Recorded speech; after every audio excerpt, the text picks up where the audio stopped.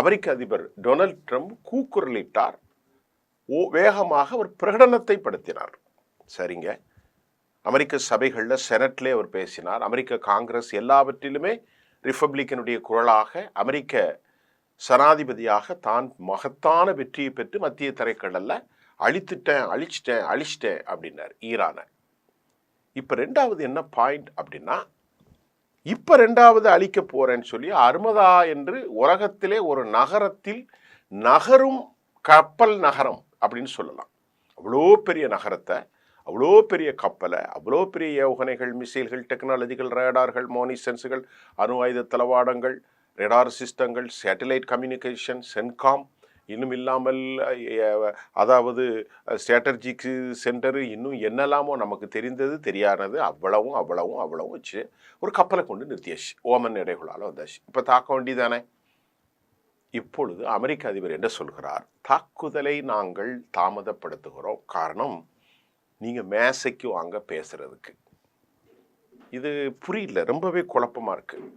ஏற்கனவே தாக்கி, ஏற்கனவே முரண்பட்டு, நீ என் மேல கை வச்சா உன் நாடு இருக்காதுன்னு எச்சரிக்கை விட்டு கெமேனி போனவர்கள் டொனால்ட் ட்ரம்பை உயிருக்கு ஆபத்து விளைவிக்க சதித்திட்டம், என்னை கை வைத்தால் நீ என்ன ஆகும்ன்றெல்லாம் பேசி போர் நடத்தி அடுத்த போருக்கு வந்தாச்சு.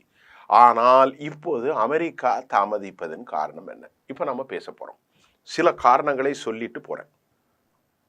அமெரிக்காவிடத்துல போயிங் ஓசிசி ஃபத்தா-2, அமெரிக்காவிடத்துல போயிங் ஓசிசி ஃபத்தா-2 அல்ல என்கின்ற ஒரு பெரிய விமானம் அங்கு ஒன்று இருக்கிறது.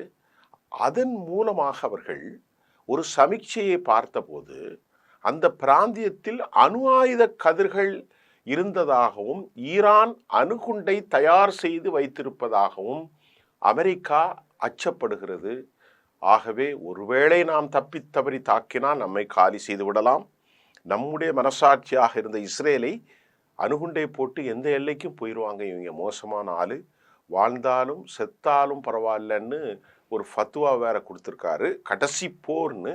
அதனால அந்த போயிங் ஓசிசியில் இருக்கக்கூடிய ஒரு சில டெக்னாலஜிஸ் மூலம் கதிரியக்க துகள்களை கண்ட அவர்கள் அமெரிக்கா அஞ்சுகிறார்கள். இது ஒன்று. ஆகவே தான் மேசைக்கு வாங்க அப்படின்னு கூப்பிட்றாங்க.